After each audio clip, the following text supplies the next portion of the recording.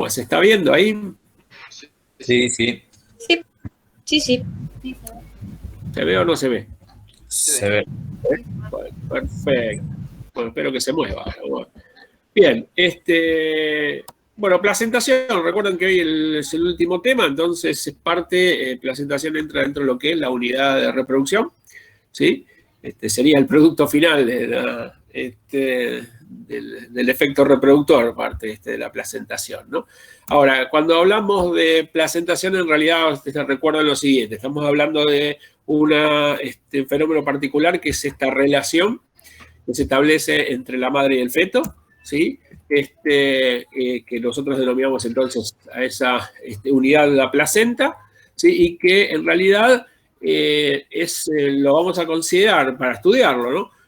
Como un órgano, de hecho lo es, pero la gran diferencia que tiene con el resto de los órganos que nosotros estudiamos es que este es un órgano con todas las características, es decir, tiene un ordenamiento de tejidos, una funcionalidad muy marcada y específica, pero que es momentáneo, ¿sí? O sea, se desarrolla ese órgano para cumplir una función en un determinado momento y después deja de cumplir con esa función, ¿sí? Cosa que no le pasa al resto de los órganos que nosotros estudiamos, ¿sí? No hay un hígado que lo formamos, deja de funcionar y desaparece, ¿sí?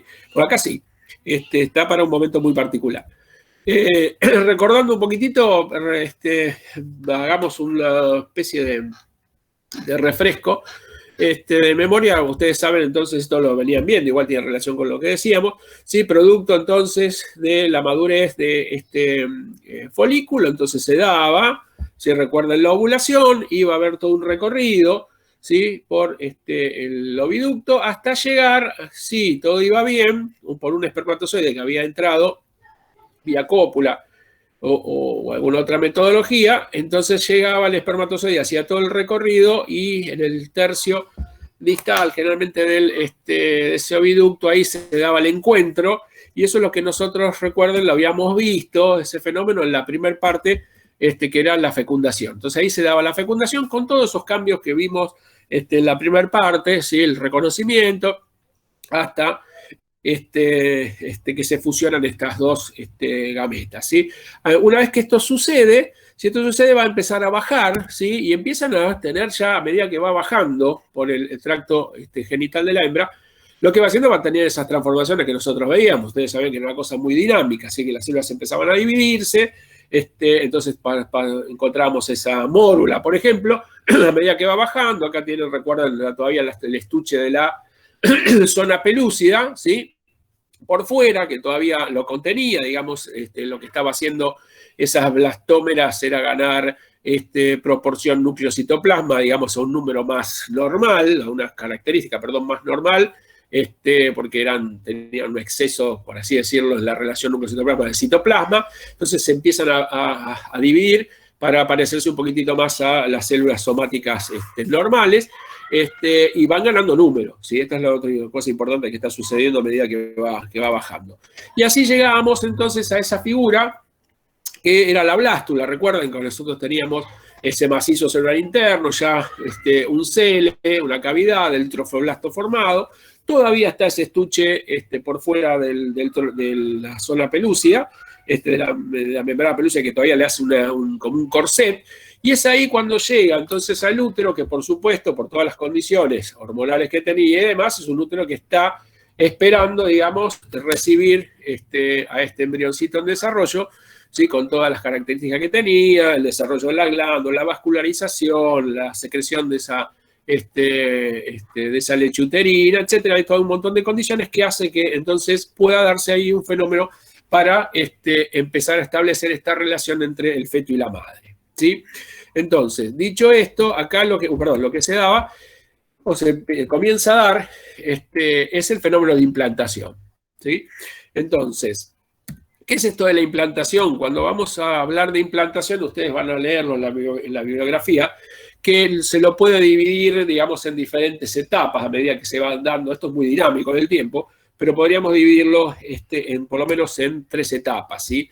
En donde la primera etapa para la implantación es lo que se denomina la posición, que no es más que el contacto entre este embrión y ese útero con las condiciones adecuadas, ¿sí? Entonces hay un contacto y ese trofoblasto, ¿sí? Que está adentro todavía con ese corset que es la zona pelúcida, así esa membrana polisacáridos por afuera.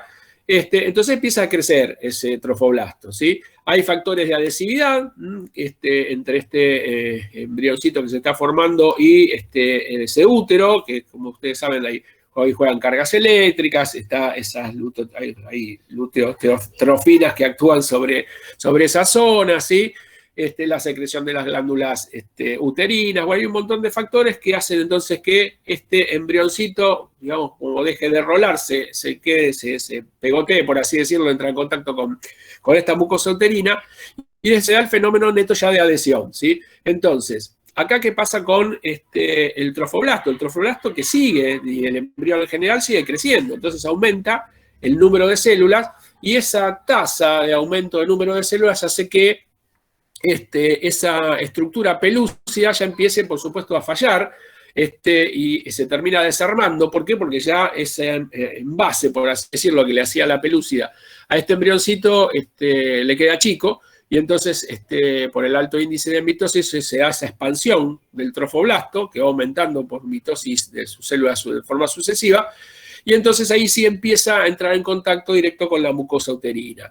Y se da como último fenómeno, esto digamos es todo muy dinámico, ¿no? Como último fenómeno podríamos decir que ya ese trofoblasto, que está en alta cantidad de mitosis, sus células, va a invadir, ¿sí? Esa mucosa uterina. Y ahí ustedes van a leer que esto después vamos a volver, que dice variable en cada especie, ¿sí? Esta invasión del trofoblasto va a depender de las especies. Hay especies que tienen un trofoblasto que es más invasivo que otro en esa mucosa uterina y esa invasión va a provocar que en esa mucosa uterina haya diferentes grados de degeneración, como dice ahí, o muerte de ese endometrio, ¿sí? Hay trofoblastos que son muy suaves en esa invasión y hay trofoblastos que son bastante agresivos en esa relación, o en la manera de relacionarse con la mucosa uterina, en ese endometrio, ¿sí? Sobre todo porque tiene una acción enzimática muy, muy marcada. Y entonces ese fenómeno de invasión es bastante agresivo. Esto es como para, digamos, hacer un pantallazo de qué es lo que está sucediendo ahí. Recordemos también, para poder después, digamos, adentrarnos mejor en el tema, que conforme se daba el desarrollo del embrión y de ese trofoblasto, recuerden esto, también lo vimos en la primera parte, se daban los plegamientos del embrión y ya había toda una organización dentro de las células para pasar de ser esas 2 capas, después 3 capas y terminar siendo un embrión con 4 capas y volumétrico, ¿sí? Dejaba de ser esa zapatilla plana, digamos, por así decirlo, esa estructura plana para pasar a ser un embrión volumétrico. Y esto se daba a través de los plegamientos. Y los plegamientos del embrión generaban, recuerden, que es lo que ustedes por ahí tienen que ahondar ahora un poquitito más, es los anexos embrionarios, ¿sí? Entonces, recuerden que por el plegamiento, ¿sí? El embrión quedaba encerrado en su cavidad amniótica, quedaba revestido por fuera a modo de piel, y digamos, esto cerraba y generaba una cavidad amniótica. Por fuera, ¿sí? A modo de piel, por así decirlo, que nos quedaba todo lo que era el corion, la membrana del corion, en cuya parte más externa está representada por ese trofoblasto, ¿sí? Células con comportamiento epitelial, el trofoblasto es así, es como, digamos, son células con un comportamiento epitelial, forman toda una estructura muy unida entre sí esas células, y entonces él sería lo primero que se va a encontrar en la parte más externa cuando uno ve un embrión, ¿sí? En desarrollo. Y después aparecía uno que ya quedaba definido también por los plegamientos, que es el primero en aparecer de los anexos embrionarios, que era el saco vitelino, ¿sí? Y después el último en aparecer, que está en relación tanto el saco vitelino como el alantoides con ese intestino primitivo, uno que era el saco vitelino que da en relación con el intestino medio, y en la parte del intestino posterior empezaba a aparecer, ¿sí? Ese endodermo se empezaba a imaginar, para formar el anexo último en aparecer, que es el alantoides, pero que va a tener mucha relevancia para este tema de placentación en las especies que nosotros vemos, porque es el que, si bien aparece últimamente, es el que tiene mayor desarrollo y empieza a crecer de tal manera que va a ir prácticamente rodeando, ¿sí? Por debajo del corion a todo el embrión.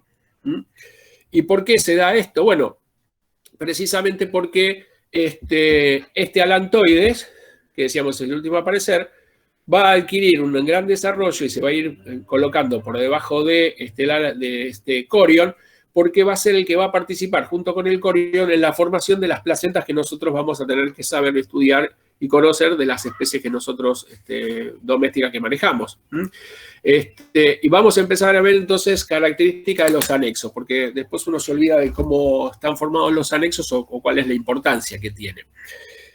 Vamos a empezar por el amnios, ¿sí? El amnios entonces surge por el plegamiento del embrión, ¿sí? Esto en mamíferos, recuerden, por eso es importante hacer esta distinción en los mamíferos domésticos que nosotros estudiamos.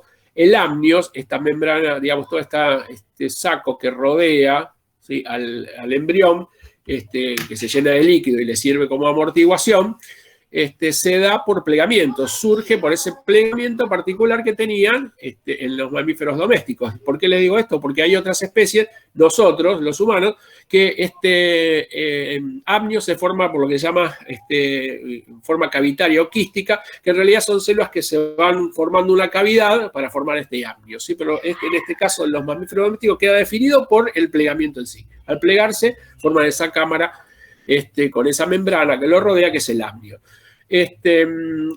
Bueno, ahí tiene el líquido amniótico, que básicamente es un líquido acuoso, pero tiene proteínas, lípidos, que les sirve para, no solo como amortiguación, sino también, piensen ustedes que ese embrión se está desarrollando, ¿sí? Entonces tiene que tener cierto lugar, y sobre todo tiene comunicación, sobre todo con estas cavidades, como puede ser en un primer momento el desarrollo de ese tubo neural, ¿sí? Antes de que se cierre y demás. Entonces tiene que dar cierto lugar y generar cierta, digamos, ocupar determinado lugar para que las membranas que se están desarrollando no se pegoteen entre sí, ¿sí?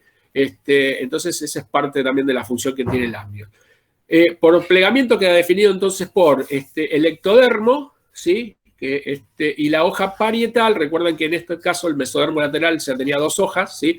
Una parietal y una visceral, y algunas acompañaban en el plegamiento a una hoja embrionaria o a otra, ¿sí? En este caso el amnio está formado por el ectodermo, ¿sí?, y la hoja parietal del mesodermo lateral. Después, el otro anexo embrionario es el saco vitelino. El saco vitelino nosotros ya lo conocíamos, es uno de los primeros, el primero en aparecer, que queda muy bien definido. El saco vitelino en los mamíferos domésticos tiene una importancia, digamos, como función. ¿Por qué vitelino? Vamos a empezar primero por eso. ¿Por qué vitelino? Porque es donde ahí se acumula el vitelo, es un material de reserva que tiene efectos tróficos, digo, para alimentar a ese embrión. Le sirven los primeros momentos, digamos, el material de reserva. Ustedes saben que los mamíferos no tienen gran cantidad de material de reserva, a diferencia de otras especies como son las aves, los reptiles, los peces. ¿Por qué? Y porque van a tener que hacer todo este desarrollo embrionario dentro de esa mini cámara que es el huevo.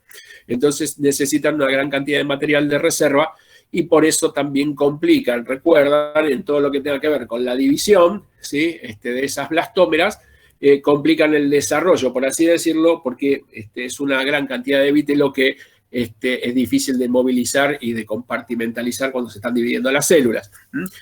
Bien, entonces el saco vitelino, como esa función de trófica o de almacenamiento de vitelo, tiene mayor importancia en estas especies que crecen dentro de un huevo. En los mamíferos es relativa la cantidad, les sirve para los primeros momentos, pero después se va a dar, por eso esto que estamos hablando hoy, toda una estrategia placentaria para permitir el desarrollo del embrión, porque los nutrientes los va a sacar en esa relación que va a tener con la madre, ¿sí?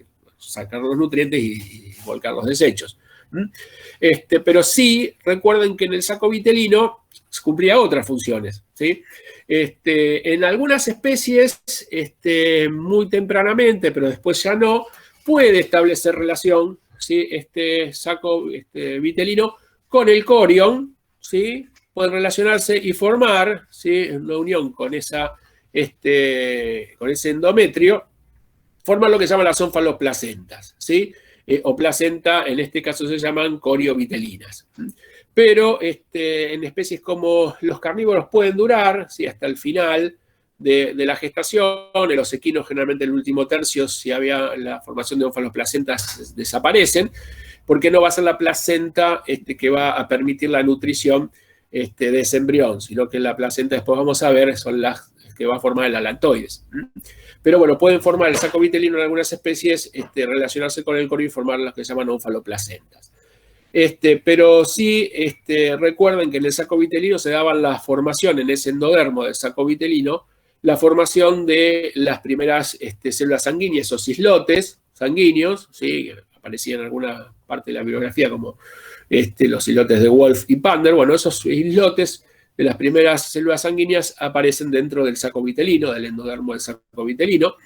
Y después ahí también se almacenaban, ¿sí? Y estaban como reserva las células de germinales, ¿sí? Esas células germinales primordiales que daban, si bien no se originaban acá, porque se habían originado muy tempranamente durante el desarrollo del embrión, quedaban almacenadas, ¿sí? En el saco vitelino y después seguían todo un recorrido para ir a localizarse en ese mesodermo intermedio para la formación o formar parte de la formación de las gónadas, ¿sí? Pero tenían su almacenamiento y su reserva tempranamente en la pared del saco vitelino. Por definición, entonces, cuando se da el plegamiento, está formado por el endodermo, porque está revestido por ese endodermo, que lo comunica con ese endodermo del intestino medio, y la capa visceral, en este caso, del mesodermo lateral, ¿sí? Bien, me están escuchando, ¿no? Sí, sí, te escuchamos. Bien. El otro anexo, y por ahí es junto con el que sigue los más interesantes para el tema de hoy, es el alantoides, ¿sí? El alantoides, recuerden, es el último en aparecer y aparece como una evaginación de ese endodermo del intestino posterior, ¿sí? La parte más atrás está conectado con el intestino posterior, pero empieza a crecer, ¿sí? Y se va desarrollando hasta poder llegar a rodear, sí, que no es el caso que está dibujado acá, pero puede rodear todo, ¿sí? Prácticamente toda la estructura embrionaria, metiéndose por debajo y relacionándose con ese corión. Lo importante es eso, el desarrollo que va a tener y la relación que va a tener este alantoide con el anexo más externo, que es el corión, para formar por lo que nosotros hoy vamos a ver, es la placentas alantocoriónicas, ¿sí? Ese alantocorión, que en esta relación, digamos, es donde va a estar lo interesante desde el punto de vista fetal para la relación con la madre, ¿sí? ¿Cómo queda definido cuando se da el plegamiento? Bueno, está revestido entonces en este caso por el endodermo, porque es una imaginación de ese endodermo del intestino primitivo, ¿sí? Y lo va a acompañar la hoja visceral del mesodermo lateral también, ¿sí? Bien, ¿por qué entonces es interesante esto? Vamos a ver el corión, ¿sí? Que nos queda. Pues el corión, al definirse el plegamiento, digamos, es la parte más externa, y él va a ser el encargado, digamos, la parte, me gusta decirlo así, es como la piel del embrión, ¿sí? Pero no digan esto ustedes, pero es como la parte más externa, adentro está creciendo ese embrioncito, pero lo que nosotros vemos de afuera es el corión, ¿sí? Y es el que va a tener la capacidad de relacionarse con la mucosa del útero, ¿sí? Lo va a hacer a través de esta corión. El corión, recuerden, está por fuera, revestido por este trofoblasto, ¿sí? Que quedó también definido por el plegamiento, o sea que lo primero que va a aparecer es el trofoblasto, por fuera, y está formado entonces por ese trofoblasto, de esa vesícula germinal al principio que se plegó, ¿sí? Y lo va a acompañar en el interior la hoja parietal del mesodermo lateral. ¿Cuál es la importancia entonces del corión? Bueno, se podía unir, como dice ahí, con el saco vitelino para formar la onfaloplacenta, pero a nosotros nos interesa la relación que va a tener con el alantoides para formar las placentas alantocoriales, ¿sí? O formar ese alantocorio. Bien, y recuerden esto, que por fuera lo primero que va a aparecer, ¿sí? Si yo entro al embrión, va a ser ese trofoblasto, es decir, van a ser células con comportamiento epitelial, revistiendo ese embrión externamente. ¿Por qué hablamos entonces de este alantoides? Bueno, porque el alantoides y ese alantocorio va a ser el que se va a encargar de relacionarse con ese endometrio de la madre. Hablábamos recién de esas etapas de adhesión y de invasión. Bueno, entonces este embrión que se está formando, el contacto lo va a hacer a través de ese alantoides en la parte interna y el corio en la parte externa con la mucosa del útero, ¿sí? Y recuerden que este útero tenía un gran desarrollo a ese nivel de glándulas, ¿no? Recuerden que por efectos hormonales tenía un gran desarrollo de la parte glandular, un gran desarrollo, y esto es importante, de la parte vascular, ¿sí? Había una neoformación de vasos. ¿Todo esto para qué? Porque también lo que va a hacer el alantoides del otro lado y el alantocorio en general es, a través de la neovascularización de estas membranas, establecer, ¿sí?, esas placentas corioalantoicas para que se dé el intercambio entre la madre y el feto, ¿sí? Entonces acá es donde vamos a poner el ojo y la atención en estas placentas corioalantoicas. Ahora, esta relación va a tener variantes, ¿sí? O sea, ¿cómo se va a dar esta relación entre lo que es ese alantocorion y el endometrio de la madre? Bien, recuerdan que volvemos a este esquema. Hablamos de una deposición, de una adhesión y de una invasión. Yo les dije que, entonces, en esa adhesión y en esa invasión, el trofoblasto empezaba a tener, digamos, un alto índice de mitosis, ya se quedó desvestido de esa pelúcida, de los restos de pelúcido que quedan, porque ya ha crecido demasiado, ¿sí? No tiene sentido, digamos, ese envase quedaba muy chico, porque ha crecido demasiado todo el embrión. Entonces, ese trofoblasto lo que hacía era invadir esa mucosa uterina. Ahora, para invadir, lo ideal es ver cómo lo va a hacer, digamos, qué relación va a tener con la mucosa uterina. Y entonces acá es donde vamos a poner un poquitito más la atención. Yo tengo por un lado entonces la membrana corioalantoica y por el otro lado tengo el útero, y lo que voy a tener que establecer entre esta membrana corioalantoica y este útero es una relación, ¿sí? Ahora, esa unión que se va a dar entre la membrana corioalantoica y el útero, va a convenir que si yo quiero hacer intercambio entre una y otra, que haya una mayor superficie de contacto, ¿sí? No es lo mismo una simple aposición de una membrana corioalantoica con la superficie del útero que hacer que esta unión aumente la superficie de contacto. ¿Cómo hago para aumentar la superficie de contacto? Y es acá donde ese corion, ¿sí?, va a adquirir, o uno puede encontrar dentro de la estructura de ese corion, de esa membrana más externa, que puede aparecer de dos maneras, ¿sí? Puede aparecer de dos maneras. Una es la forma lisa. ¿Y por qué se llama el corion liso? Bueno, porque es un corion, ¿sí?, que no tiene plegamientos en su luz, ¿sí? Digamos, por eso es liso, pero lo interesante es que tampoco tiene gran vascularización, ¿sí?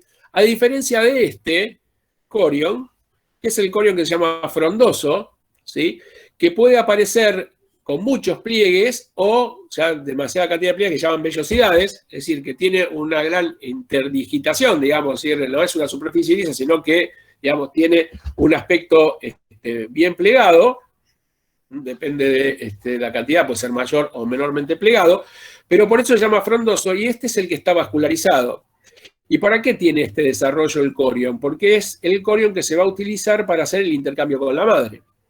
Entonces, esa superficie externa que yo veo, por eso le decía yo que piensen al corion como la piel de ese embrión, va a tener superficies lisas y va a tener superficies muy plegadas. Es decir, va a tener corion liso y va a tener corion frondoso. Yo les muestro acá en un ejemplo lo que sería esto para un embrioncito humano, que es un dibujito que pues, creo que está en varios libros, pero para que se vea. Digamos, acá se está desarrollando el embrión. Esto sería toda la parte externa. Este lado que estaría acá, ¿qué corion sería? Sería el corion liso. Fíjense la diferencia que tienen y que ha adquirido el corion frondoso. ¿Para qué desarrollar este tipo de vellosidades y pliegues? Porque acá es donde se va a relacionar con la madre y esto aumenta la superficie de contacto y por supuesto aumenta las posibilidades de intercambiar cosas, ¿sí? Por eso esta parte es la que está vascularizada, mientras que la otra del corion liso no se utiliza para hacer el intercambio. Entonces, dicho esto, el corion puede aparecer en forma lisa o en forma frondosa. ¿Por qué decimos esto? Porque las placentas que nosotros tenemos que estudiar no son todas iguales. ¿Por qué? Porque no estudiamos especies iguales, ¿sí? Si bien son todos mamíferos placentados, la relación que van a tener en las diferentes especies con la madre es distinta también, ¿sí? Entonces las placentas nosotros las podemos observar de diferentes puntos de vista. Uno es teniendo esto en cuenta. según cómo se distribuyen las formaciones de intercambio, es decir, cómo se distribuye ese corión en las especies que nosotros manejamos en proporción liso-frondoso, ¿sí? Entonces ahí surge lo que es la clasificación anatómica, porque esto lo podemos ver anatómicamente. Si yo tengo un útero y un embrión adosado a ese útero y lo puedo ver anatómicamente, lo veo qué relación tiene, ¿sí? Entonces, según la clasificación anatómica, voy a tener en cuenta cómo se distribuye ese corión liso, corión frondoso en ese embrión, ¿sí? Y entonces acá, dentro de la clasificación anatómica, ustedes van a tener que aparece la clasificación que se llama difusa completa, ¿sí? Difusa, ¿por qué? Porque no está localizado en ninguna parte en particular de todo ese corión, es decir, está en todo el corión, ¿sí? Forma difuso, y completo porque todo el corión, ¿sí? Es corión velloso. Es decir, acá adentro se está gestando un embrioncito, ¿sí? Esta es lo que yo veo de afuera, la membrana del corión. Ahora, fíjense que todo el corión tiene plegamiento, ¿sí? Entonces, la totalidad en forma difusa de ese corión, totalmente completo el corión velloso. ¿Qué especies tiene esta? El equino, ¿sí? El equino, entonces, si yo tengo que hacer una clasificación anatómica, las placentas son difusas completas. Todo el corión es corión velloso. ¿Puede haber diferencias a esta? Sí. Puede ser que sea difuso, es decir, que no esté localizado en una región muy particular, muy característica, pero que no llegue a cubrir todo ese corión, ¿sí? Entonces, por eso se llama incompleta. Y entonces acá vemos que tenemos corión velloso, o sea, por todos lados, y acá no, hay un corión liso, ¿sí? Seguramente acá no está haciendo intercambio, ¿sí? La unión va a estar en toda esta zona haciendo intercambio, pero quedan unos apéndices, ¿sí? Coriónicos que son de corión liso. Bueno, ¿qué especie tiene en su clasificación anatómica? Son difusas incompletas las cerdos, ¿sí? O sea, la relación entonces de ese embrión con el endometrio de la madre va a ser a través de un corión, ¿sí? Velloso que se distribuye en forma difusa e incompleta. ¿Se entiende hasta ahora? Sí, sí. ¿Se está entendiendo? Claro. Bien. Sí, sí. ¿Hay variaciones? Sí, hay otras variaciones un poco más rebuscadas, más originales, ¿sí? En donde el corión velloso ya se distribuye acá, sí, ¿ven? Ya deja de ser difuso, aparece en unas zonas muy particulares, ¿sí? Que son unos botones distribuidos. Todo esto es corión liso. ¿Dónde tengo corión velloso? ¿Sí? O frondoso, acá, en esos botones, ¿sí? Que esos botones en realidad se llaman cotiledones, ¿sí? Pero como son también un montón, también se llama cotiledonaria o múltiple, ¿sí? Son focos de corión velloso, frondoso, múltiples, ¿sí? En estos botones en particular que llamamos cotiledones fetales, ¿sí? Y ustedes seguramente ya lo asocian con alguna especie. Ustedes, cuando vieron anatomía, recuerdan cómo era el útero de qué especies podía tener algo, digamos, que se podía relacionar con esto. Eran los rumiantes, ¿sí? Exacto, los bovinos. Recuerden que el útero también aparecía en ese útero unas formaciones muy particulares que eran las carúnculas uterinas, ¿sí? Y bueno, porque es ahí, tampoco se relaciona en cualquier parte, sino que va a ser entre una carúncula y un cotiledón donde se va a dar esta relación, esta unión materno-fetal, ¿sí? Entonces, las cotiledonarias son múltiples. ¿Quién los tiene? Bueno, la vaca, ¿sí? La vaca tiene este tipo de relación a través de un corión velloso dispuesto a los cotiledones nada más. ¿Sí? Todo lo demás es corión liso. Bien, después hay otras que tienen la forma que es rodean el corión velloso, se localiza en una región en particular, ¿sí? Que tiene forma de anillo, ¿sí? Por eso se llama anular, y también se llama zonal, porque es una zona, o zonal anular, una zona muy definida, con forma de anillo, ¿sí? Que puede ser incompleta, ¿sí? Puede ser, perdón, incompleta o completa, ¿sí? Pero no deja de ser zonal o anular. También se llaman cinturón, ¿sí? Porque esto parece que tiene un cinturón de corión velloso, estas especies. Bueno, ¿qué especies tienen esto? Los carnívoros, ¿sí? El perro y el gato tienen este tipo de relación. Todo lo demás, ¿sí? Es corión liso, corión liso. ¿Estamos? Entonces, ¿por dónde va a ser intercambio? Acá. Acá no hay vascularización, hay una simple posición, pero no va a utilizarlo para intercambiar o unirse con la madre. Puede haber otras zonas, sí, pueden tener las zonales, si este era el zonal en forma de anillo anular, están las zonales discoidales. ¿sí? Que es discoidal es porque el corión frondoso tiene forma de disco. En este caso sería bidiscoidal, ¿sí? Puede haber unidiscoidal, es decir, que tiene un solo disco, ¿sí? Una sola forma de disco de corión frondoso. Y en este caso son los primates, ¿sí? Los que tienen este tipo de placenta, la bidiscoidal, y la que tiene un solo disco, en realidad, ustedes la conocen seguramente, que somos nosotros, ¿sí? Los humanos, la zonal, en un solo disco, por eso lo de placenta, recuerden que venía, no me acuerdo mal si era de plato, ¿sí? Del griego, que en realidad, porque la unión que tenía era una forma de un disco, así como si fuera un plato, es la zona, un solo disco donde se une a la mucosa de la madre, ¿sí? En caso de los primates es bidiscoidal. Entonces, con esto tenemos la clasificación anatómica. Liso o frondoso, clasificamos cómo se ve el frondoso, qué forma tiene, y eso va a ver que varía de las diferentes especies. Bien, ahora, esto decíamos que era anatómica. Después hay una clasificación que es la que más nos interesa a nosotros, por así decirlo, que es la de las capas histológicas que van a relacionarse, ¿sí? De este corión frondoso con el endometrio de la madre. Porque por más que tenga plegamientos, ¿sí? Ese corión frondoso, puede hacer también en esos plegamientos tener una relación simple con ese epitelio del útero de la madre. ¿Sí? Ustedes saben que digamos, ese útero está revestido por un epitelio, y pueden directamente relacionarse ese trofoblasto con ese epitelio. Pero vamos a ver que también no es tan simple en las especies que nosotros tenemos, ¿sí? Entonces, según las capas histológicas que integran la relación materno-fetal, de ahí surge lo que es la clasificación histológica. Y entonces, ahí vamos a tener que considerar qué tejidos son los que se relacionan, ¿sí? Y acá ya tenemos que incluir esa contrapartida que es el endometrio de la madre. Acá el que es invasivo y el que establece esa invasión y esa adhesión, tenemos que tener en cuenta y recordar siempre esto, es el trofoblasto. El trofoblasto es el que nosotros decíamos, tenía alto índice de mitosis, ¿sí? Crecía en forma exacerbada y penetraba en la mucosa uterina con mayor o menor efecto, decíamos, enzimático y de daño. Podía ser o muy poco agresivo o podía ser altamente agresivo.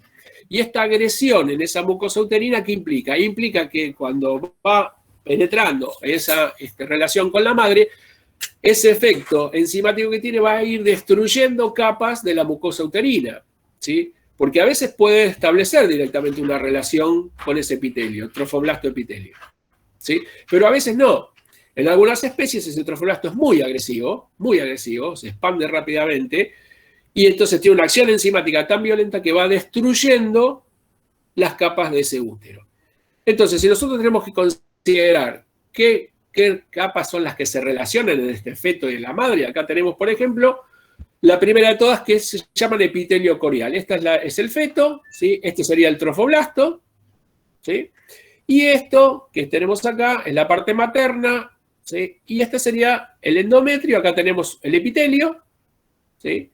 Tejido conectivo, ¿sí? Todo esto de la madre y todo esto del feto. Acá vemos que tenemos un plegamiento porque es corión frondoso, ¿sí? Lo hace a través de corión frondoso. Entonces, si hay un pliegue de ese corión frondoso, que en este caso está revestido acá por epitelio de la madre, esto por trofoblasto va acompañando uno a otro, ¿sí? Y sería una relación trofoblasto-epitelio, ¿sí?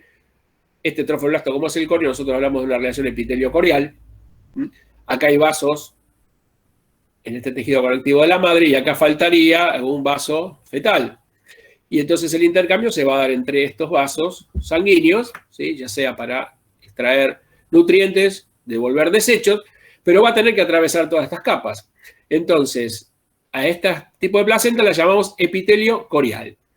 Acá no hay mucha invasión de ese trofoblasto, si bien están los pliegues, ¿sí? Es corión frondoso como tiene que ser para relacionarse, aumentar la superficie de contacto, pero este trofoblasto se comporta bastante bonito, ¿sí? Y no daña esta mucosa uterina. Entonces va a haber una relación trofoblasto-epitelio. ¿Qué especies tiene? Porque esto es lo interesante, que nosotros tenemos que clasificarla porque no todas las especies se comportan igual. no se comportaban igual desde la clasificación anatómica, tampoco lo van a hacer desde el punto de vista histológico. Las placentas que se clasifican desde el punto de vista histológico epitelio corial son las del porcino, el equino y el bovino. Fíjense que tanto el equino como el porcino y el bovino, desde el punto de vista anatómico, eran totalmente distintas, ¿sí? Eran difusas, una completa, otra incompleta, y la otra era cotiledonaria. Es decir, ahí es donde tenía el corión frondoso. Pero en la relación de ese corión frondoso con la madre, lo van a hacer desde el punto de vista histológico exactamente igual. Es decir, va a ser, es un trofoblasto, ¿sí? Que se va a relacionar o va a tener contacto con ese epitelio de la mucosa del útero. ¿Está esto? Ahora, hay trofoblastos que en su afán de invadir, ¿sí? Y para establecer contacto con la madre son muy agresivos o empiezan a ser un poquitito más agresivos. Entonces, hay algunos que en esa invasión lo que hacen es destruir parte de, de la mucosa o del útero, pero sobre todo alterando, lo primero que van a alterar, ¿sí? En ese proceso de agresión es el epitelio, ¿sí? Antiguamente, le digo por si por ahí leen alguna bibliografía un poco más antigua, se llamaban sindesmo corial, ¿sí? Y lo que se pensaba que hacían era que el trofoblasto destruía ese epitelio de la mucosa uterina, ¿sí? Entonces desaparecía la parte de epitelio y se contactaba directamente con el tejido conectivo de ese endometrio que está por debajo de esos epitelios que ya no existía más, ¿sí? De la madre. Pero hoy se sabe, y por eso ha cambiado la clasificación ya hace un tiempo, que se llama sinepitelio corial, porque en realidad, y es un fenómeno bastante interesante, lo que hacen las células del trofoblasto, ¿sí? Es relacionar, o sea, es una especie de fusión, ¿sí? Con las células del epitelio de la madre, ¿sí? En realidad, como una fusión entre estas células, ¿sí? Por eso es un fenómeno interesante, y se les ha cambiado la clasificación, que se llama sinepitelio corial, ¿sí? Entonces, no es que se destruye, ¿sí? el epitelio de la mucosa uterina, sino que hay una fusión de células. Bien.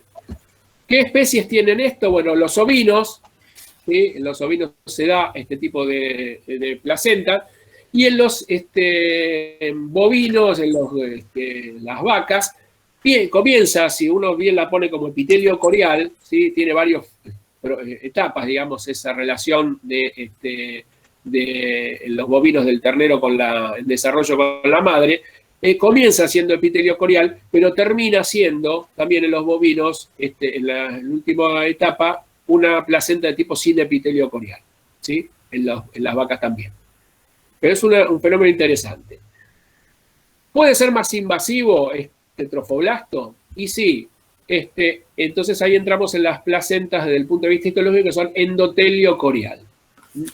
Endotelio corial, ¿por qué? Porque el trofoblasto, que sería lo que está dibujado en azul, esto sería la parte fetal, la parte materna, sí es bastante agresivo, muy agresivo, que termina destruyendo, ¿sí?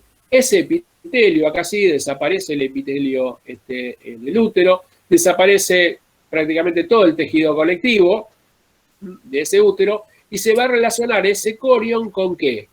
Directamente con el endotelio de los vasos maternos. Es decir, fíjense la destrucción que tuvo esa mucosa uterina, que se lleva puesto todo hasta alcanzar los vasos sanguíneos, rodear esos vasos sanguíneos y establecer la relación del trofoblasto directamente con el endotelio de la madre.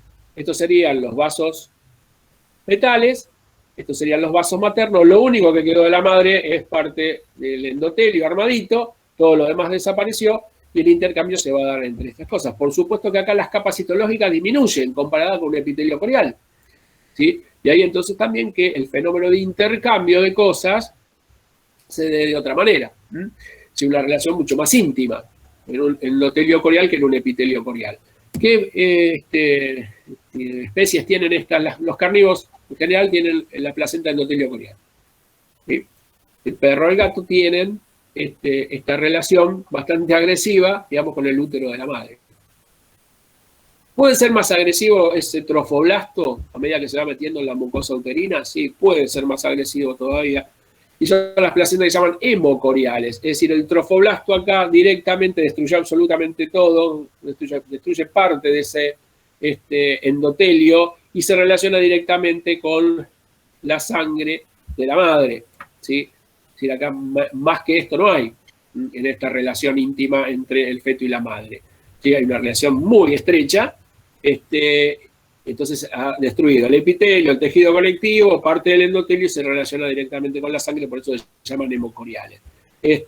Hay especies de las que nosotros manejamos, de monos, que tienen las placentas son hemocoriales, los roedores de las ratas, y por supuesto, la especie más agresiva de todas, que es el humano, tenemos la relación, digamos, nuestra relación de primera instancia con nuestra madre es una relación bastante traumática, ¿sí?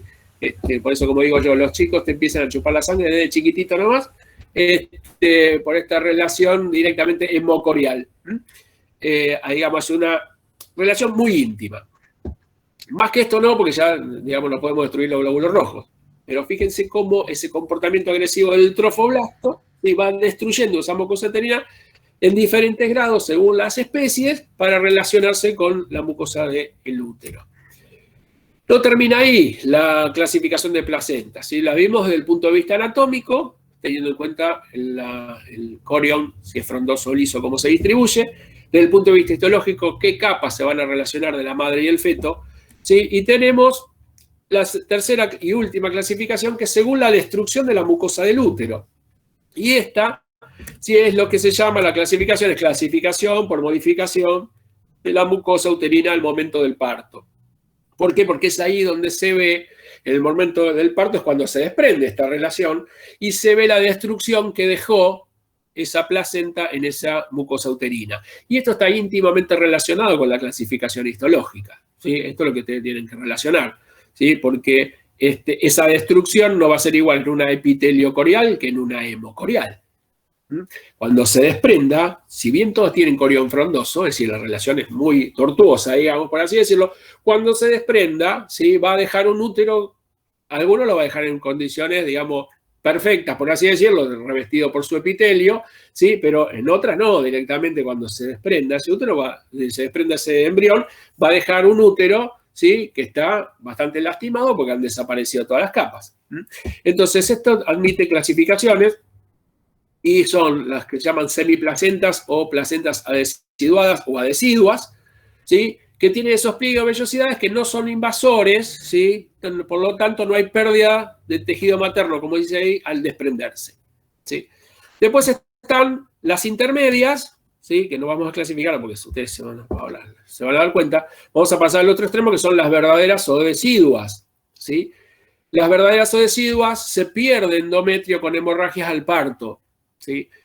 Y las intermedias, ¿por qué son intermedias? Bueno, porque tienen una relación que, si bien no lastiman, digo, no es una simple posición, tampoco destruyeron tanto esa mucosa uterina. En este caso sería esas placentas sin epitelio corial que decíamos, sí, que tiene una relación, digamos, de invasión leve.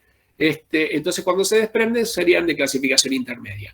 Pero después están las verdaderas o deciduas, que sí, al desprenderse, ¿sí? Se llevan o dejan ese endometrio muy lastimado, que es el caso de las endotelio corial, hemocorial.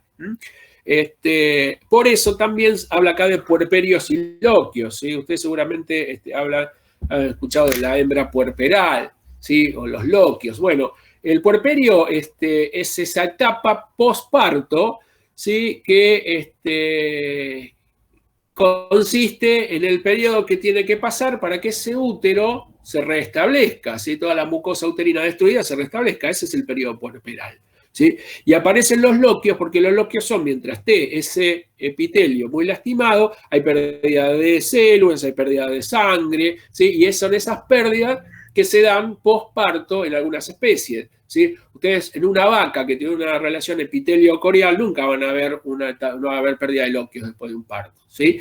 En cambio, en una perra, ¿sí? Que la relación, como es un carnívoro, es endotelio-corial, ¿sí? Cuando se desprenda, la perra, no sé si alguno ha tenido alguna vez una perra que ha parido en la casa de demás, puede estar hasta una semana, 10 días después perdiendo un líquido que cada vez tiene que ser menor cantidad, más amarronado, pero pierde líquido, que son esos loquios. ¿Por qué? Porque ese útero está muy lastimado, está pasando esa etapa puerperal hasta que se restablece, ¿sí? Digamos, esto tiene que ver con esta relación histológica. Y entonces acá tienen este cuadrito, que lo tienen en todos lados, Pero lo que yo quiero es que ustedes relacionen, ¿sí? Fíjense que la vaca, desde el punto de vista anatómico, ¿sí? Es cotiledonario múltiple, ¿sí? Desde el punto de vista etológico es epitelio corial, y por supuesto, por modificación de la mucosotería es decidua, por ser epitelio corial. En cambio, la oveja es cotiledonario múltiple, igual que la vaca, pero es sindesmo corial. Acá, bueno, corrijan, es epitelio corial ahora, ¿sí? La oveja. Y en este caso, la placenta está clasificada por modificación de la mucosoterina como una placenta intermedia, ¿sí? En el caso de la yegua y de la cerda, si bien son difusas, una completa, otra incompleta, son epitelio coriales, y las dos son deciduas, es decir, cuando se desprendan no van a dejar un útero muy lastimado. En cambio, los carnívoros, ¿sí? Que es ese forma zonal o de cinturón, es endotelio corial, se relaciona con el endotelio de los vasos sanguíneos. Cuando se desprenda, ¿sí? Va a comportarse como una placenta decidua. ¿Por qué? Porque lastimó, ¿sí? Mucho esa relación materno-fetal el útero. ¿Está esto? Bien. Y por último, para aclarar algunos conceptos que por ahí cuando uno lee a veces llevan a confusión. En este periodo de invasión, que decíamos que el trofoblasto puede ser muy agresivo, ¿sí? En ese afán de establecer esa relación con el útero de la madre, de invadir, sobre todo para sacar nutrientes, el trofoblasto decíamos que puede comportarse de una manera bastante violenta, por así decirlo. Entonces, hay una expansión de ese trofoblasto, ¿sí? Y esa expansión lo que va generando, digamos, en ese daño de la mucosotería es lo que normalmente se conoce como reacción decidual, ¿sí? El epitelio, normalmente del trofoblasto, es un epitelio cilíndrico simple, puede tener microvellosidades, ¿sí? Así es normalmente el epitelio, digamos, el trofoblasto, una estructura epitelial, ¿sí? Que correspondería, por definición, a un epitelio cilíndrico simple, puede tener microvellosidades, pero cuando este trofoblasto tiene que invadir, si este epitelio está invadiendo, ¿sí? Tiene que aumentar, no solo para expandirse, sino para invadir, tiene que aumentar el índice de mitosis. Entonces empieza esa invasión y empieza una gran división celular, ¿sí? Entonces, en esa gran cantidad de divisiones mitóticas que hace rápidamente para invadir, ¿sí? Puede suceder que aparecen las capas de este trofoblasto a medida que van invadiendo, por su afán de hacer una mitosis muy rápida, generar un fenómeno que se llama endomitosis. Es decir, ¿qué es esto? Hay división, es decir, las células se están dividiendo, pero es tan violenta y tan rápida la división que los núcleos alcanzan, es decir, hay cariocinesis, ¿sí? Se da la división de los núcleos, pero el citoplasma no alcanza a dividirse. ¿Se entiende esto? Entonces quedan esos dos núcleos dentro de una gran masa citoplasmática que todavía es única. ¿Por qué? Porque no alcanzó a hacer la citocinesis para hacer dos células individuales. Esto le sucede mucho a estos trofoblastos en su periodo invasivo. Y entonces esto genera, ¿sí? En ese trofoblasto, o que ese trofoblasto aparezca de diferentes maneras. Y ahí es donde aparecen estos nombres que ustedes van a ver, que a veces uno se confunde, que es el nombre de citotrofoblasto, de células gigantes y de sincitio trofoblasto. El citotrofoblasto se clasifica a ese trofoblasto como citotrofoblasto cuando tiene un comportamiento, digamos, epitelial normal, digamos, con unas células individuales, ¿sí? Ese aspecto de epitelio cilíndrico simple. Pero decíamos que estas células, en su afán de dividirse, si yo quiero esta célula y quiero generar dos células, lo que va a hacer, en su rapidez, se va a dividir el núcleo, ¿sí? Pero este citoplasma no alcanza a dividirlo.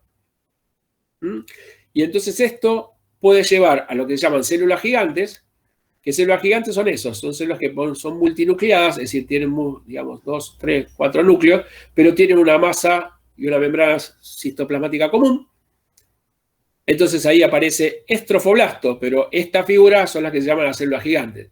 Y después está el sincitio trofoblasto, que esto llevado al extremo. ¿Qué es el sincitio trofoblasto? Tenemos una innumerable cantidad de núcleos, ¿sí? Pero todos metidos dentro de una gran masa citoplasmática, eso es lo que es un sincitio, ¿sí? Entonces esto sería el sincitio trofoblasto. Es más que una célula gigante, ¿sí? Es toda una gran masa de células que tiene comparten ese citoplasma y son núcleos individualizados porque se han ido dividiendo, pero no dividen su citoplasma. Entonces estas son las figuras en las que aparece, ¿sí? El trofoblasto. Puede aparecer perfectamente organizadito como un epitelio cilíndrico simple, lo que sería el citotrofoblasto, o un poquitito más de células más grandes que tiene una digamos, un límite, pero comparten varios núcleos, ese citoplasma, que son las células gigantes, o directamente ser una gran masa, ¿sí?, informe de citoplasma con muchos núcleos en su interior, que eso sería un sincitio trofoblasto. Les digo porque después empiezan a leer en la bibliografía, aparece un sincitio, no sé cuánto, ¿y qué estamos hablando? Estamos hablando del mismo trofoblasto, nada más que en ese afán de invadir y demás, se comporta de esta manera, ¿sí? Pero no dejan de ser células trofoblásticas que invadieron ese útero, ¿sí? Bien, listo entonces. A ver, voy a dejar de compartir y preguntas.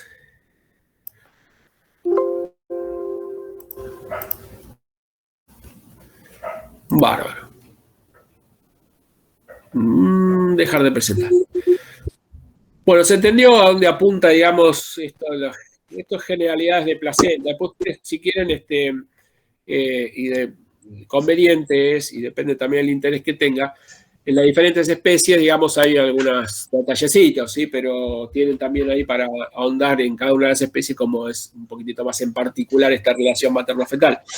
Pero para clasificarlas, digamos, tengan en cuenta estas tres estos puntos de vista, y sepan que no todas se comportan exactamente igual, ¿no? Preguntas, dudas. ¿Te entendió algo? Sí, Sí. una consulta. En el caso del bovino, que primero es un epitelio corial y después pasa a ser un sin epitelio corial, ¿cómo lo terminamos clasificando? Como lo que es. Primero, nadie te va a decir, a ver, decime cómo es, particularmente el bovino, ¿sí? En el estadio tanto. Esto es dinámico, ¿sí? Pero según las últimas clasificaciones, en la etapa final, digamos que sería por ahí lo más interesante, es una placenta sin epitelio corial, ¿sí? Bien, gracias. Dudas.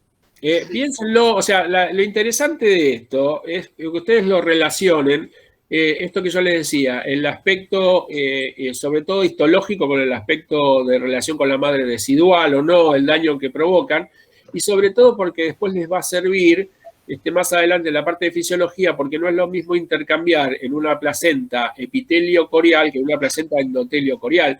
Y esto tiene que ver todo con por ejemplo, la comunicación de la relación que tienen a nivel anticuerpos. Ustedes saben que la madre puede pasar anticuerpos a través de la placenta a la cría, ¿sí? Y seguramente una placenta endotelio corial va a ser mucho más eficiente en esta protección materna que una placenta epitelio corial. Por eso, por ahí en la vaca es más importante la adquisición del calostro, ¿sí? Como fenómeno para adquirir anticuerpos calostrales a través de la parte intestinal en los primeros momentos, que por ahí en otras especies se hace más eficientemente desde el punto de vista placentario, ¿sí? Marcelo, yo te quería hacer una pregunta. En el seminario, en algún momento se hablan de los principales eventos previos a la implantación. Sí. Entonces, bueno, hablamos de eclosión y después hay un apartado que habla de la nutrición, ¿no? Sí. Entonces, propone que previo a la implantación, la forma que tiene el embrión de alimentarse es el histotrofo, sí. ¿no? Este histotrofo es lo que llamamos leche uterina, es lo que se llama nutrición histotrofa. Tal cual, sí, digamos, sería ese producto de secreción de las glándulas y componentes celulares, más que nada, pero más que nada la secreción de las glándulas en un primer momento que les sirve hasta establecer una conexión un poco más, una adhesión y una invasión, ¿sí? O sea que ese concepto es correcto, esto es lo que le pasa al embrión. Tal cual, tal cual. Ustedes piensen que viene un embrión, que va bajando, y esto ya estoy respondiendo creo que parte de las instalaciones, pero tiene su material de reserva, depende de la especie, estamos hablando acá en este caso de los mamíferos, tiene muy poco material de reserva que le sirve para las primeras divisiones y demás, tiene digamos, una tasa metabólica que la va cubriendo con el material de reserva que tiene, pero no tiene mucho. Entonces, al llegar a la mucosa uterina, se establece esta relación, esa adhesión. Hay fenómenos como que decía vos, Paula, de alimentarse de esta histotrofo, de esta leche, pero inmediatamente la invasión del trofoblasto tiene que darse para establecer contacto con la madre, ¿sí? O sea que esta etapa previa a la implantación, en la cual el embrión se alimenta del histotrofo, podemos pensar que es esa etapa que se llama el blastocito, o la eclosión, diríamos. Sí, lo que pasa es que la eclosión por ahí hace, es parte del fenómeno. Lo que pasa es que esto es muy dinámico, ¿no? Pero seguramente para invadir y poder entrar a esa mucosa uterina, esta expansión del trofoblasto lo que hace es, en esa eclosión, ¿eclosión de dónde? Eclosiona de ese corset que tiene de la pelúcida, así que hasta ahora le venía sirviendo bárbaro como un armazón, claro, pero después ya le queda chico. Entonces tiene que salir de ahí, se da el fenómeno de eclosión para poder invadir, ¿sí? Porque no es imposible invadir con una cubierta de polisacárido como es la membrana, ¿no? Rígida. Entonces, al embrión le pasa esto y entonces a la madre le pasa lo que se llama el embriotrofo. Claro, exacto. O sea, sí, en realidad, no sé cómo lo habrán definido en el coso, pero tal cual, sería la secreción de estas glándulas uterinas preparadas, ¿no? O sea, que están bajo una influencia hormonal.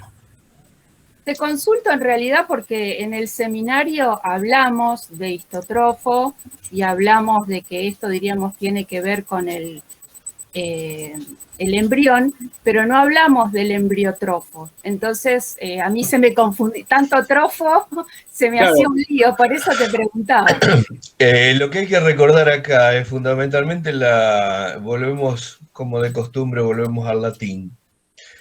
Trofo significa nutrición, embrio, embrión. Por lo tanto, la nutrición del embrión puede ser de manera histotrófica, que es con la secreción de las glándulas y restos de glándulas uterinas descamadas, o el hemotrofo, cuando, como dice Marcelo, es cuando se establece comunicación sanguínea. O sea, el embriotrofo está formado en una primera instancia por el histotrofo y en una segunda instancia por el hemotrofo. Y lo que debemos recordar es, como decía Marcelo, la presencia de membrana pelúcida. En primer lugar, lo que el trofoblasto hace en primera instancia es degradar la membrana pelúcida para poder salir. Si esa membrana pelúcida, mientras no se diluya enzimáticamente, no va a poder ejercer, entrar en contacto el embrión con el útero, ¿no es cierto? Y otra cosa importante también de esa membrana pelúcida es, sobre todo para los que vayan a hacer reproducción, que los embriones es mejor manipularlos mientras tengan aún su membrana pelúcida. Entonces, si yo voy a lavar un útero para conseguir embriones y los voy a congelar o los voy a vitrificar o lo que fuere, es mejor hacerlo durante el periodo en el cual todavía no se ha producido la elusión de la membrana pelúcida. ¿Se entiende eso? Sí, tengo una consulta con respecto a... Sí, muchas gracias, me quedó clarísimo. Gracias. Perdón, en la actividad de integración habla que a nivel del feto el embriotrofo es histotrofo y hemotrofo. ¿Eso es así? ¿O es que va disminuyendo el histotrofo, como estaban diciendo ustedes? Porque está puesto como si fuera igual. A ver, como todo proceso no es automático, claro. No es que cierra una perilla y dice, uy, hasta ahora me alimenté de células y secreciones, ahora me alimento de sangre. Evidentemente, la posibilidad de que se alimente de sangre es como es en el momento en que se establece la comunicación sanguínea. Antes no. O sea, fíjense ustedes que ellos... por ejemplo, ¿por qué algunas sustancias son abortivas? Y bueno, porque actúan sobre la vasculatura del útero. Al no existir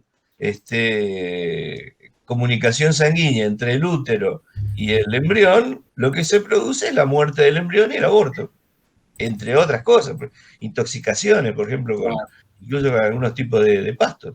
Es suyo.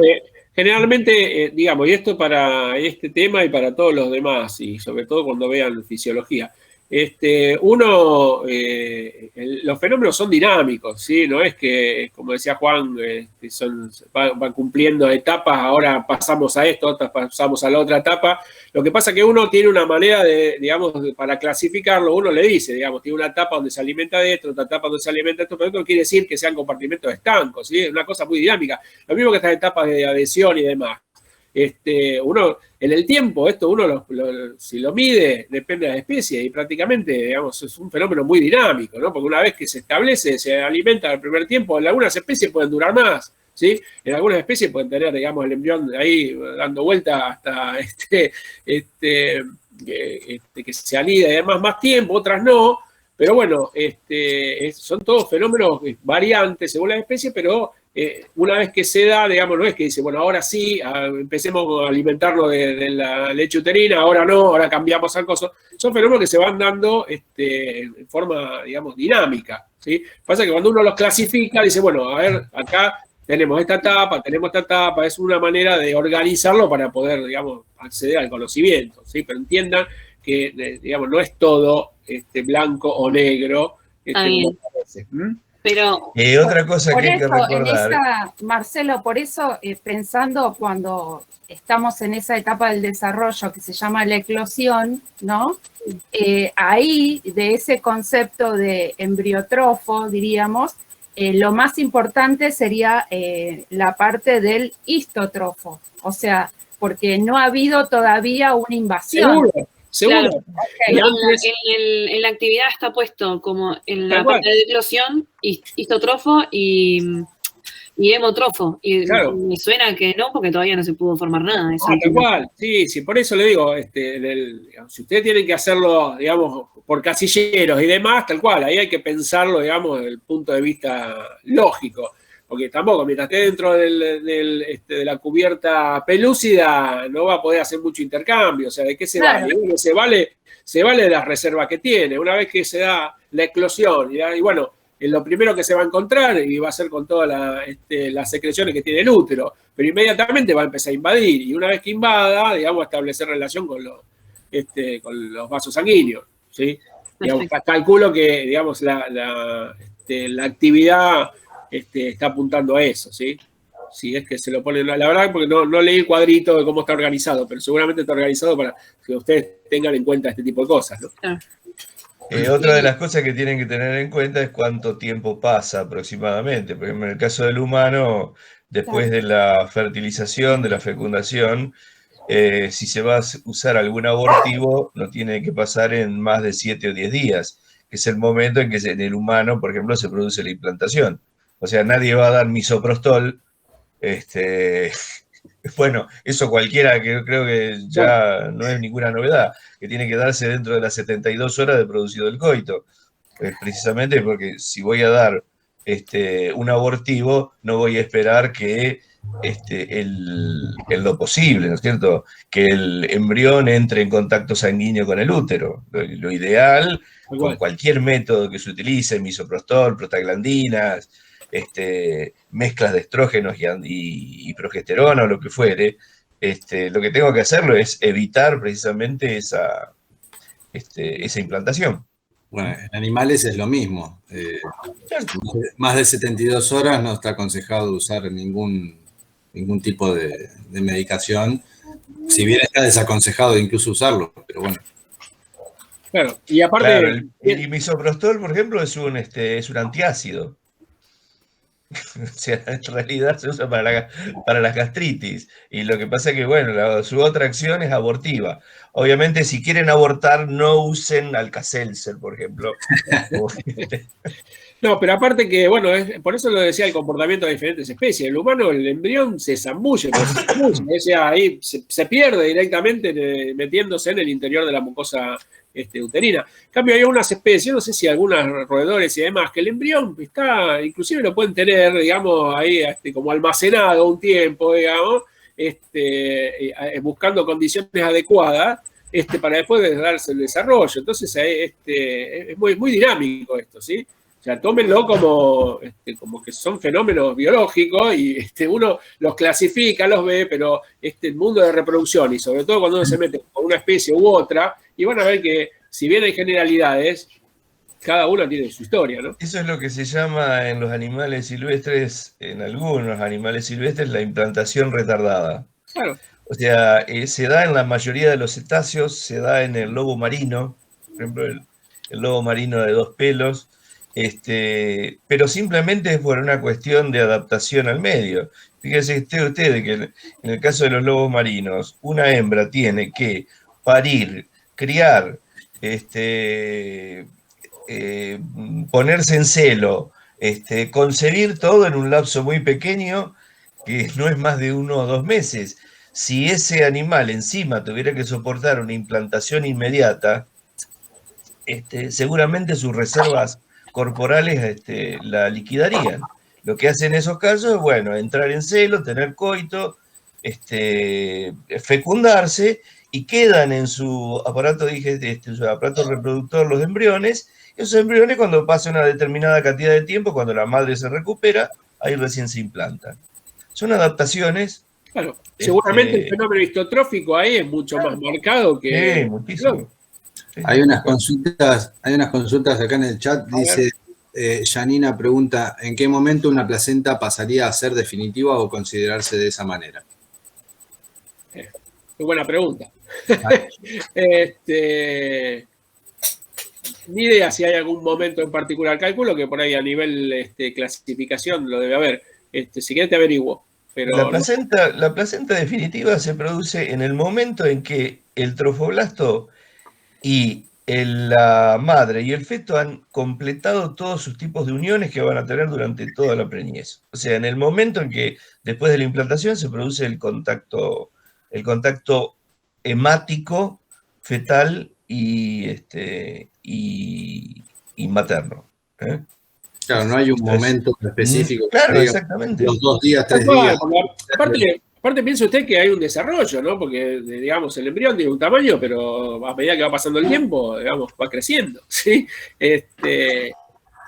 Marcelo o Juan, en los animales domésticos empezamos a hablar de feto cuando está ya la placenta en formación, hay un cordón umbilical, o sea, ahí deja de ser embrión. No, la diferencia entre el feto y el embrión es, en el caso del embrión, es cuando tiene en desarrollo la mayoría de sus órganos, y se transforma en feto cuando esos órganos que ya están desarrollados se comienzan a ser funcionales. Ah, bien. O sea bien. que en realidad podríamos hablar de un embrión en los primeros estadios, los primeros 2 tercios, y el último tercio de la gestación generalmente es el fetal. Pero eso depende también para cuáles, porque como decíamos en la clase pasada, en el caso de un marsupial, el que pare prácticamente crías completamente inmaduras, ¿qué pare? ¿Embriones o fetos? Y estamos en un espacio un poco nebuloso, ¿no? Por otra parte, lo más interesante es que, bueno, una noticia buena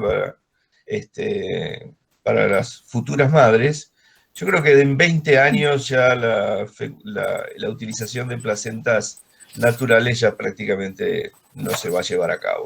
O sea, hay experiencias muy interesantes con placentas artificiales. En animales ya están dando resultados.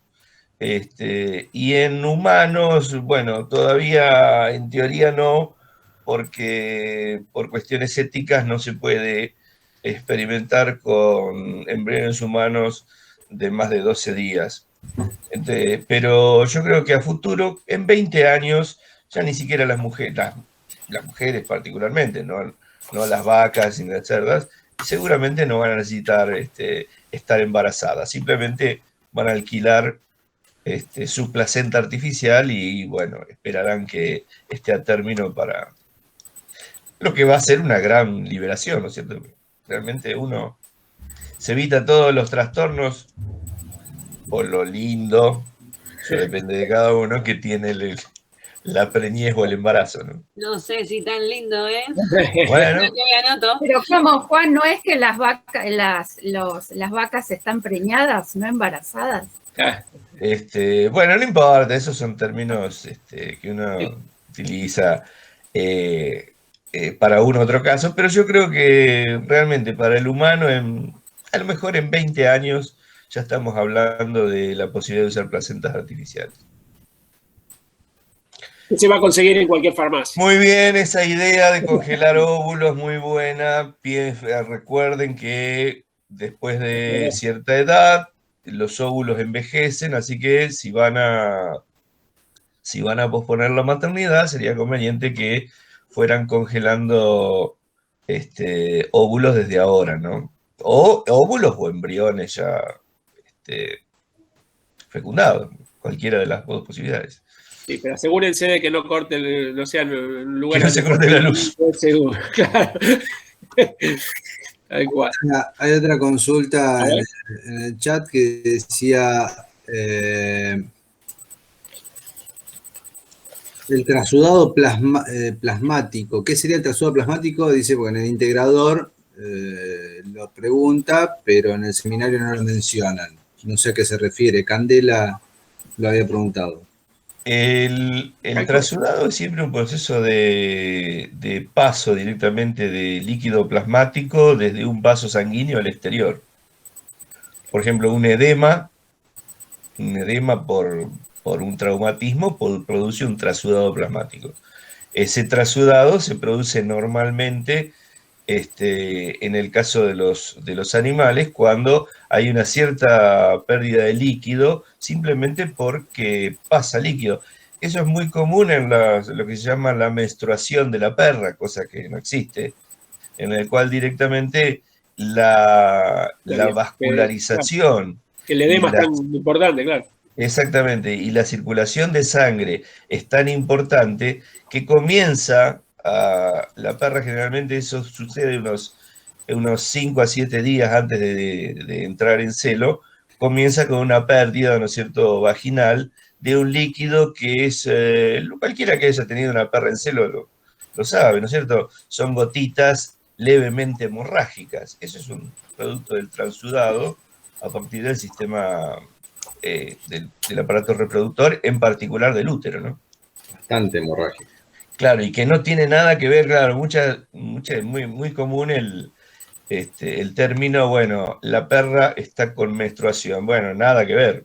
Precisamente eso significa no que está con menstruación, o sea, que no que se está desmoronando su sistema genital, su sistema reproductivo, sino que está tan irrigado que se producen ese tipo de pérdidas. Ese animal, generalmente los 5 a 7 días posteriores, entra en celo. Tal cual, sería, digamos, el comienzo del fenómeno, no el final del fenómeno como los humanos, ¿no?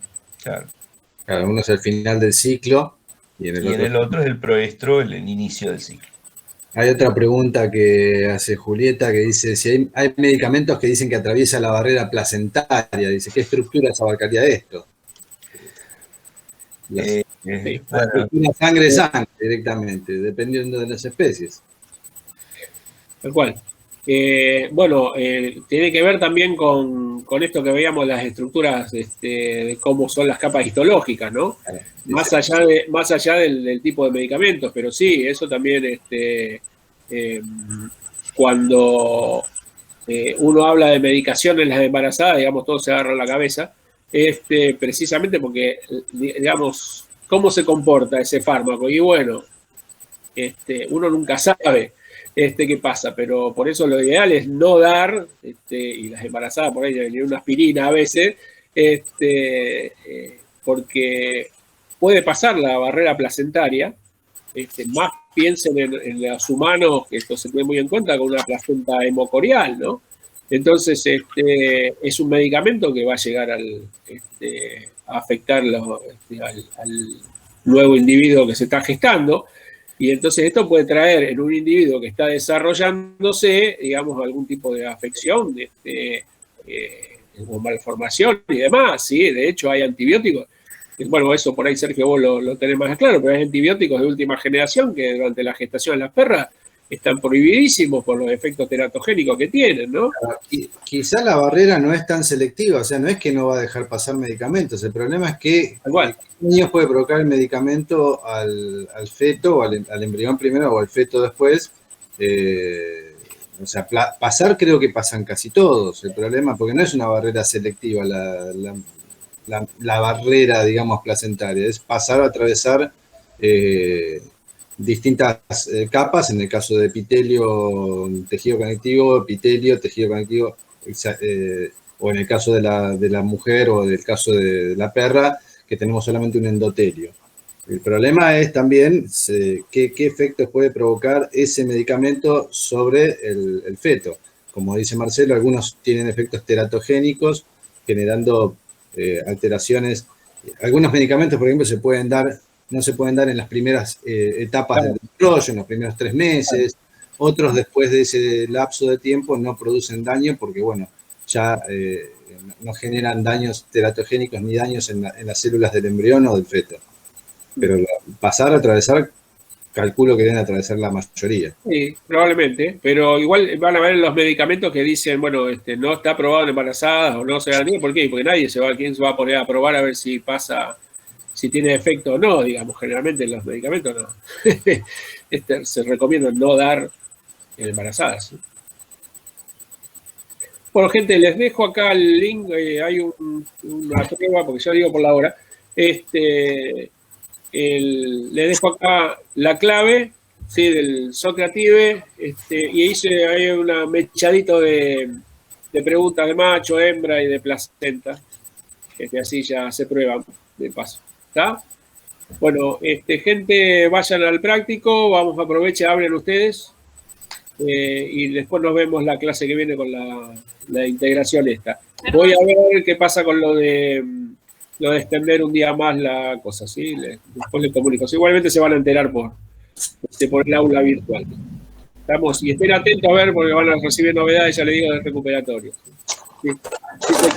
Se quedan un poco. Muchas gracias. Chao.